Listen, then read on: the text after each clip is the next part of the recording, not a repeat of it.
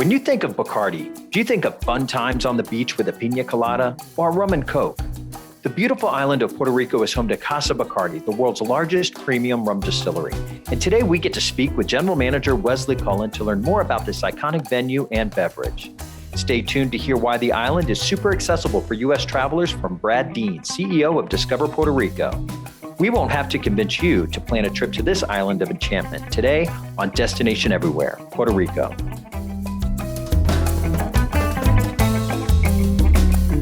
Welcome, everyone, to this episode of Destination Everywhere. I'm Andy McNeill, along with my partner, Todd Bludworth, and we are so excited. We're going to Puerto Rico, one of our favorite Caribbean destinations. Been there many, many times and have so much fun when we go. There's so much to do, but let's just talk a little stats about Puerto Rico first. You know, it's an island located in the Caribbean, just east of the Dominican Republic. And if you haven't been, you got to go. It's a U.S. territory. So if you're a U.S. citizen, there's no passport needed. And it's really, really easy to get to from the U.S. So really think about that when you're planning your trip. So Todd, what are some of your best experiences that you've had over the years when we've gone to Puerto Rico? I love Puerto Rico. It was a couple of things that I've done that are very memorable. The first time I went there was on a cruise ship. So we stopped in Old San Juan and saw the fort and a couple of things. And I thought I had seen Puerto Rico, but until you go back on an airplane and get outside of San Juan, you really don't get to see it, the island. But I did some ATV tours up in the mountains, amazing properties all along the coastline, which is great absolutely hotels. Wonderful. And of course, they're an island, so it's nothing but resorts around the country, and beaches. It's absolutely wonderful. But and of course the Bacardi.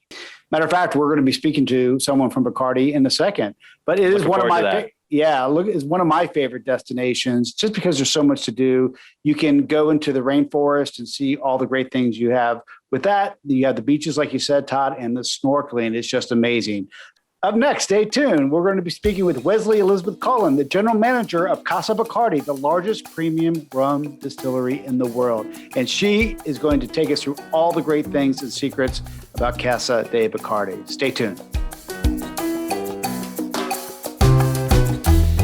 Welcome back, everyone. We are here with Wesley Elizabeth Cullen. She is the general manager of Casa Bacardi on the island of Puerto Rico. We're so excited to have her. Casa Bacardi is the largest premium rum distillery in the world. It welcomes over 200,000 visitors annually for tours, classes, and events. We've done an event there. It was just simply fantastic. It's one of the island's leading event venues. I mean, there's so many great properties on the island, but this one is really, really unique and something you really need to look at. Now, I know there's a little bit of history that I want to start with Bacardi, because I don't think a lot of people know the history and the roots of Bacardi. Could you just give a kind of a brief overview of that? Because I think our listeners would love to hear that. Sure. I mean, it's a 45-minute tour to tell you the whole the condensed version, right? It's an amazing history because the company is 159 years old. Wow. 1862, founded in Cuba, as most people are aware, and definitely, Facundo Bacardi was from Spain, went to Cuba. Been making rum in Puerto Rico since 1936, prior to the Cuban Revolution, because Bacardi was one of the first multinationals, the first companies in Cuba to be exporting already prior to the revolution. It's part of why they might still be in business when all their assets were confiscated. So in Puerto Rico, been here since 1936, on site where we are since 1958. So the distillery you've seen, what was called the Cathedral of Rum when it was inaugurated by the government then, is a registered historic site. It's got the amazing views of the property that you've seen. This is a 127-acre certified conservation site, a lot of greenery, the waterfront, all of that. But yeah, so Bacardi started in Cuba, became a multinational, and now over 85% of the Bacardi rum sold around the world is made right here in Casa. Wow. Very interesting. So it's really state-of-the-art facility, right? And you guys are going to be doing some upgrades and remodeling over the course of the next couple of years? Yeah, everything, right? So that from expanding aging warehouses on site, there are almost 500,000 barrels of aging rum. And tropical aging, as we call it. Good rum. Yes, that people come, and the angel share, right? So part of the essence of rum is that the aging spirits evaporate a lot more quickly in the Caribbean than, say, whiskey in Scotland because of the heat. So the angels in Puerto Rico are very happy because they're taking a lot of that evaporated rum. But yeah, no, it's absolutely amazing place. That's cool. So when I was there, we had a private dinner on site, and it was at night, and it was a gorgeous night. Wind was blowing. It was probably 70 degrees, and just absolutely gorgeous. We took a tour. We did a rum tasting. There's so many other things you can do. I kind of tell our listeners, if they are going to come visit your facility, whether they're going to bring a group there for an event or whether they're just going to come as a guest and a tourist, what they can expect. Yeah, so every guest that arrives goes to the pavilion where you had your event. That is, this amazing waterfront site with a bar where you're going to have a mojito or pina colada daiquiri made with the rum made on site, right? So that's always kind of a special thing. I've gotten to do that elsewhere as well, and it's great. From there, we offer the legacy tour where you're going to learn about the history. You see a movie, learn a little bit about the elaboration process of the rum, the history of iconic cocktails that were created with Bacardi rum. Yeah, so I remember that. Yeah, ordered cocktails in the entire world every day, every second. So the mojito, the Cuba Libre, the daiquiri, and even the pina colada were all created with Bacardi rum. Wow. So you come and we're going to tell you the story of how that happened and where they came from, as well as how to make them and everything. That's on the legacy tour. You get a little taste. We also offer 3 other experiences that are super popular and awesome. There is a mixology class where you're going to go and you have your own bar station. Nice. You're going to make the cocktails while you learn about them and then drink your own. And yeah, it's very active, dynamic, and a lot of fun. Of course, we offer a rum tasting. So that is also, it's probably always a good time. It's probably no one's ever having a bad time. No, our mission here is to make people happy. That's what we want to do. That's a good mission in life. That's awesome. Yes, it is. We're so lucky to work in this business. So yeah, rum tasting, of course, is there. And then also the bottle your own, where people can bottle their own bottle of special reserve that's only available here, nowhere else, really special rum. But we've also got, Jenga and hula hoops and amazing photo opportunities with photo in the background. And just a place that's kind of like, an adult, responsible playground where you just want to liberate, feel great. You're under the sun and the sky here with the salt air and a cocktail. Speaking of legacy, you have a legacy cocktail competition that I was really interested when I read about that. Tell us about that, because I need to come to that. When is that and what it's about? What is it about? It's super cool. So I'll take a side note to say a little bit about myself, but I joined Bacardi just 4 years ago, and I come from the events and entertainment industry. So I ran an arena, did thousands of concerts, all of this. And then I went to bartender cocktail competitions. So I knew parties, I know events, and they are amazing. So if you get the chance, I definitely encourage you to participate. The Bacardi Legacy Competition, like I was saying, these iconic cocktails that we still drink all the time were created with Bacardi. So the competition is to bartenders around the world to create another iconic cocktail. Wow, how interesting. And create their own legacy. So they can only use 5 ingredients, because you think about those cocktails you always order, they're pretty simple. There's amazing cocktail out there with like 20 ingredients that I want to try, but the go-tos are simple, the legacies that last forever, right? And then part of what I love, and we get to host the finals sometimes here, and we receive all these bartenders who are learning and creating, is we also teach them marketing, the branding of it. Bacardi is one of the most known brands in the world. No question. Yeah. All these years. So we want to give them those tools as well. So it's a serious thing. It's education and professionalism in the bartender industry, which is very serious and competitive and sophisticated, but also it's the creation of their own legacy cocktail. I've gotten to be a judge. That's great. Even better than going to the party. So if you tough life. It's really cool. Really cool. So let's talk a little bit about how the rum's produced, because I think we kind of skipped over that. Tell us kind of the process. I mean, the distillery is actually there, and it's one of the world's most renowned liquor distilleries on the planet, right? I mean, it's known. It's you said it's since 1959. There is that what you said? 58. Yep. 58. So tell us a little bit about it and how the rum is actually produced. And Bacardi, all rum is blended. So Bacardi Carta Blanca Superior, the rum everybody knows and loves, it goes in the mojito, that is a clear rum. That is not one rum. That is a blend of rums that have been aged for at least a year. And that is one of the most sold rums in the entire world. It is not computers that are blending that rum. It is the team of blenders here that have to make so much of that product all the same, putting two products together or more. So in the case of Superior, rum is made from sugarcane and molasses, right? It's the core ingredient. Very proud that Bacardi is one of the leaders of the Bon Sucre certification for molasses, which is that it must be sustainably sourced. Oh, nice. Not environmental, but also human level, fair wage and no child labor, very important. So the molasses goes into the fermentation tank with the yeast. The yeast that Bacardi uses is the same yeast from 1862. That yeast is in impressive secret vault in the cathedral somewhere. It's a really cool old looking vault, like you could imagine, where something very important would be hidden away behind doors. And the company and the family have been reproducing that to stay true to this recipe. So the core product of Superior Carta Blanca is the same product that Facundo Bacardi created so long ago. And when he did it, he revolutionized making rum in 5 ways. So I won't go through all those with you right now. It's part of what, people visit to learn about. But really making it consistent, the same product, clean, clear, sustainable, and with a unique taste.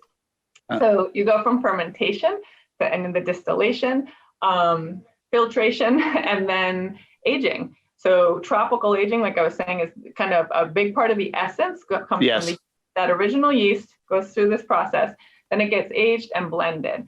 So aging in a warehouse in Puerto Rico is going to happen about 3 times as fast as whiskey in Scotland. Oh, wow. When you go into that space, I call it rum saunas, because you go in, it's very hot, even with the doors open, and you breathe the alcohol in the air as it's evaporating very quickly and doing the magic with the barrels and getting all those flavors and doing their thing. So when the rum comes out of the barrel, we do not touch it until we take it out. It's undisturbed aging. It'll get filtered again, and then the blending team is going to blend it into either that clear rum we know, a 4-year-old aged rum, an 8-year-old, a 10-year-old, 16-year-old. Then there's finishing that can be after you've blended it. You could put it in another barrel to get it more flavors and create all this magical spirits. But it basically goes from molasses and yeast, adding water, distillation, filtration, aging, blending. Cheers.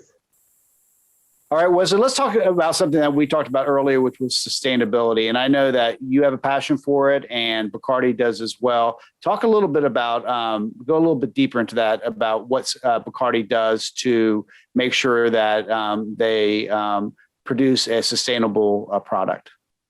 So yes, something I would love to talk about all day. So I'll try to see how it's even harder than making brief the rum making process, because it's a lot and it's a core value of the company. Absolutely. It's so important when you're producing at the level that we are. So there's a lot of really big things that are a little bit less interesting to hear about on a quick podcast that's related to fun stuff. But that fermentation process that we were talking about, when it finishes its cycle, it turns into cogeneration of our own electricity. So capturing byproducts, heat. Oh, that's amazing. Yeah. So we are producing our own electricity that about, let me say 65%, to make sure I'm not exaggerating, of the electricity we're using on site for making the rum comes from cogenerating from the fermentation process. So that's amazing. And the technical part is really interesting, but I'll also start doing that. That's amazing. On site, you would have seen, and everyone is about as close as you're going to get to windmills, right? Sometimes you see them at a distance, but here you can go right up to ours. They're a little smaller than the ones you see today because they were some of the first windmills on the island. They are a little vintage, but from doing that and really being a leader. Molasses, so many other things. The parts that are related to the experience and that I really get excited about is that as people come to visit us, I like to say that my career is about education through entertainment. Like while you're having fun, I'm going to try to teach you some things. So as people arrive here, they're going to be like, how come I don't get a straw? Well, because plastics, we don't support that, or hey, you guys used to give this acrylic cup. With single-use plastics, they weren't all making at home. Now we're using compostable. Like the company has a really strong commitment and all kinds of programs to reducing plastic waste in the ocean and in general. We get to tell them about those programs and introduce new habits for how you can consume and enjoy and be perfectly happy without some of those things that might not be so sustainable. And introduce different options. So we have all the different kinds of straws for people to try. You can try That's the paper great. one, the edible one, the metal one, like all of them. We want you to try them. So that seems simple, right? But we're receiving a couple 100,000 people a year that we get to talk to. It makes a difference, right? Yeah. Same thing with our cups, with all of the, we have a lot of branded goods and things like that. Working with those suppliers, not only so that the item is sustainable, but so that when it arrives to us, it's not all packaged in single-use plastic, right? So the company, from water use to things that are really high volume, like the molasses and impactful in a whole supply chain way, to those things that we do that are consumer facing and we can engage with, it's part of the entire journey here. And what we talk to people about and invite them to new ways to bring it into their life. So it's a huge part of the company. I have the honor of doing a fair amount of speaking on behalf of the company about our commitment to the UN Sustainable Development Goals and being a leader in that. The company has recently partnered with a company to create the first completely biodegradable bottle. It's a plastic Oh, completely that's fantastic. And we'll be the first ones who are the partner with the company who created it to make it possible to bring it to market. So like I said, I can go on and on. There's so many examples, and it's something that makes me and I know, thousands of the other employees of the company really proud to be part of it. That's awesome. Well, Wesley, thank you so much for your time today. Where can people follow you and Casa Bacardi to learn more on social media? Well, both of us are pretty easy to find. Casa Bacardi and Google will bring you to us. .com will get you there too. Social media and Facebook with Casa Bacardi is really nice because it's all about the people too. So invite everyone to engage. LinkedIn if they want to hear about more business to business and the events possibilities here, but connect with us anywhere. And I'm Wesley Elizabeth Cullen in my profiles. I'm the lady with the short blonde hair, and should pop up there because it's not such a typical name. Well, that's fantastic. Thanks so much for your time. We can't wait to come visit again. Wesley Elizabeth Cullen, thanks for joining us today. Yes, we will be waiting for you. Thank you, Andy. At AMI, we're passionate about meeting connections that change lives. For over 20 years, we have traveled our clients all over the globe, supporting their business goals and helping them stand apart. From hotel sourcing to audiovisual magic, we'll make your corporate meeting or event second to none. Go to AmericanMeetings.com to learn more. American Meetings, AMI, meeting planning perfected.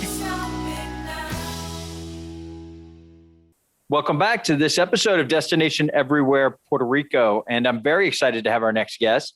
Our next guest is actually the CEO of Discover Puerto Rico. Welcome, Brad Dean. Hey, buenos dias from Puerto Rico. Great to join you today. Let's just, jump right in. And why should people include frequent travelers, Puerto Rico, on their list of destinations to travel to? Todd, so many people have, I think, learned in recent years just how convenient Puerto Rico has become. A lot of people didn't realize that Puerto Rico is part of the U.S. until Hurricane Maria hit. And of course, it's been a territory of the U.S. for over a century. And I think what Puerto Rico offers is a really unique mix.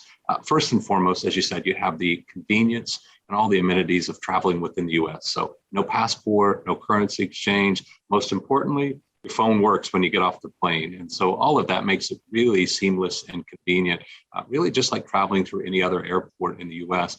I think what really separates Puerto Rico is a couple of things. One is it offers this rich, vibrant culture. A lot of that stems from our history and heritage of Spanish, African, and Indian heritage, which fuses together in a really special and magnificent way. And you see it in the art, you hear it in the music, you taste it in the food. And of course, with the near perfect weather and beautiful scenery and some amazing experiences from the only rainforest in the US forest system to 3 of the world's 5 bioluminescent bays. If you're looking to relax and unwind or to really get out and connect with nature, and just have a great time, Puerto Rico offers all of that, but of course, the convenience and ease of traveling in the United States and a great flight access from just about every major market in the US. So I'm going to throw out some activities and tell me a little bit about each of those activities as they relate to Puerto Rico in different areas within Puerto Rico. San Juan is obviously very well known, but there are so many other spots around the island, some a little more remote. Depending on what you're looking for, I think you'll find it. But let's talk about just some of the recommended group activities. So we have beaches and water sports. So if someone's really looking for those, where do you recommend that they check out? Well, of course, being on an island, we've got 300 miles of beautiful beaches all throughout, and you're never far away from the beaches or the mountains in Puerto Rico.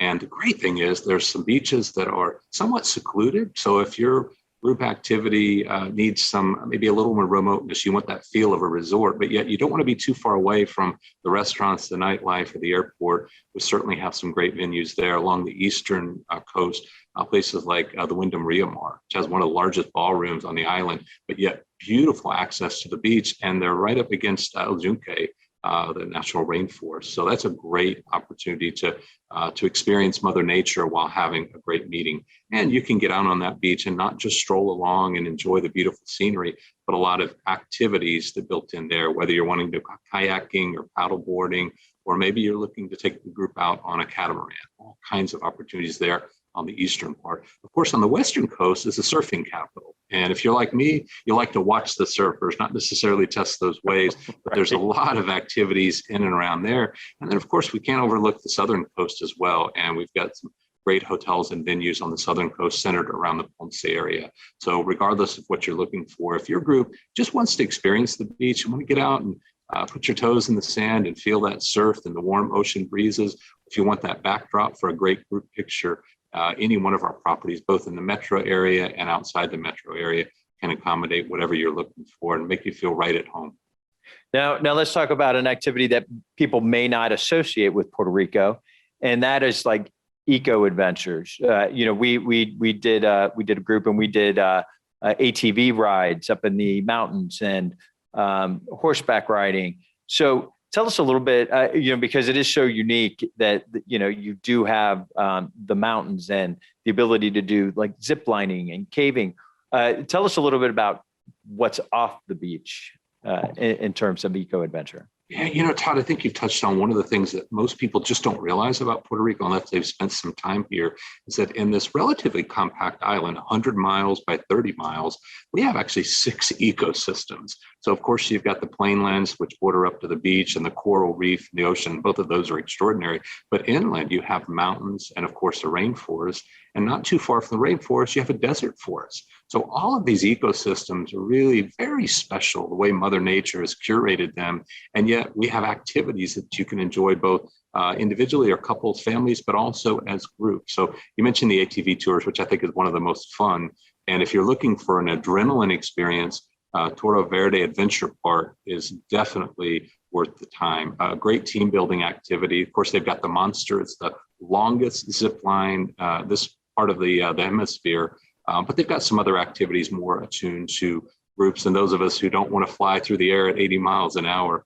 So that's a great one as well. And, one of the most special activities that I think is great for anyone coming, whether it's a couple, a family, or a group activity, is experiencing the bioluminescent bays. And it's just an amazing experience, the likes of which you just won't find anywhere else. And as a group, you can kayak out in the early evening and enjoy these extraordinary views. It's like watching a fireworks show underwater. And of course, as I mentioned, there's only 5 bioluminescent bays in the world, and 3 are here in Puerto Rico. So all of these really give planners a great assortment of activities, both before, during, and after the event. And let's talk about the food. Obviously, Spanish heritage, different Latin flavors. Tell us about the culinary experience in Puerto Rico. The gastronomy in Puerto Rico has really come a long way in the last few years. We saw several world-renowned chefs who either returned to Puerto Rico or doubled down after Hurricane Maria, and not only expanded the number of restaurants, but expanded some of the culinary offerings that were here, but maybe in limited fashion. So if you're looking for great restaurants, especially in the metro area, you have a wide assortment. One of my favorites is a 1919 restaurant, over 100 years old. It has a star Michelin rated chef, Juan Jose Cuevas, who is really an artist. We call him a chef, but he's an artist in the kitchen. And anytime you go there, you are just bound to just enjoy an extraordinary meal. Both food and the spirits are just perfectly aligned. What neighborhood is 1919 in? So this isn't the Condado. It's actually located in the Condado Vanderbilt Hotel. Okay. And extraordinary restaurant and several other restaurants right in close proximity there. Of course, the Distrito T-Mobile restaurant retail entertainment complex is just beginning to open up. And that also offers an assortment of restaurants at all different levels and all different themes, but unique restaurants. We're not talking about chain restaurants or anything you'll find elsewhere. Unique restaurants that you'll only find in Puerto Rico. In fact, a couple of cases right in that location, and extraordinary dining experiences. But it doesn't have to be fancy fine dining restaurants. Some of the best food I find are these authentic, genuine street vendors and kiosks like Lotte 23, which is sort of a food court for authentic, genuine cuisine. Has that special Caribbean flavor, but with a Puerto Rico twist. And if you want to experience that in amidst the history and culture of Puerto Rico, you can drive not too far from the airport into Piñones and visit the kioscos, the little kiosks in Piñones. So just imagine all of these little kiosks lined up all along the beachfront, cooking these amazing treats from Puerto Rico. It's just it's really a food lover's paradise in Puerto Rico. And you mentioned the spirits. You don't want to lose the opportunity to visit a bar like La Factoria, which is a historic bar. It was featured in the Despacito video. And of course, Casa Bacardi. 70% of the world's rum is made here in Puerto Rico. So visiting the Bacardi experience or some of the other rum distilleries gives you an appreciation for the art, the history, and the creativity that goes into making rum, but also tasting some of the wonderful concoctions made here in Puerto Rico. Absolutely. Now let's talk about signature events in Puerto Rico. You've got Three Kings Day festivals. What are some standout festivals that someone could actually plan an entire trip on and really get an amazing cultural experience as well? Yeah, you mentioned Three Kings Day. It's interesting that Puerto Rico has the longest holiday season. We don't miss the opportunity to celebrate holidays. So really from November through Three Kings Day, which is January 6th, wide assortment of activities and festivals all throughout the island. But there's plenty of opportunities to celebrate other times as well.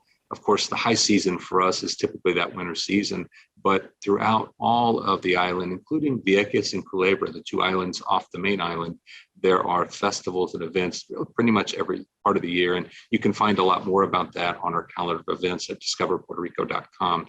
Some of the major events we've hosted, of course, one that you might have seen on television is the Puerto Rico Open. It did return this year. It's a great golf tournament. It features some of the up and coming stars in the PGA. And we're excited that that tournament has renewed its contract. So it'll be coming back to Puerto Rico again for several years. And just recently, we were really honored to host FIBA. This is the International Federation of Basketball. It's like the NBA on the global level. And one of our local properties, the Verdanza Hotel, actually created the bubble, which housed all of these players from different countries. And it went superbly. And when you think about the challenge of hosting all of these athletes coming from all around the world and playing these very competitive games right here in Puerto Rico, it gave us a chance to prove that Puerto Rico can deliver for event organizers and planners and rights holders at the highest of levels. So whether you've got a major event that's attracting global attention, or whether you're just looking to experience some of the events that already occur, the festivals and whatnot, Puerto Rico certainly is not going to miss the opportunity to show you what it has, not only here in the metro area, but all throughout the 78 municipalities in Puerto Rico. And I can't wait to see what's coming next. But Brad, thank you so much for your time, and thank you for joining us on Destination Everywhere. And where can people go find you, social media, and see what's happening and see what's coming down the pipe? Yeah, you can check us out on Twitter, on Instagram, on Facebook, of course, and the best resource for exploring and planning your next getaway to Puerto Rico or a group event is discoverpuertorico.com. Reach out to us through our social media or website. We're happy to assist you. And Todd, we look forward to welcoming you in person to Puerto Rico and saying bienvenidos to you and all of your followers. Well, we look forward to getting there and hearing the welcome. So Brad, thank you so much for joining us. We wish you the best of luck, and we'll be right back with more Destination Everywhere.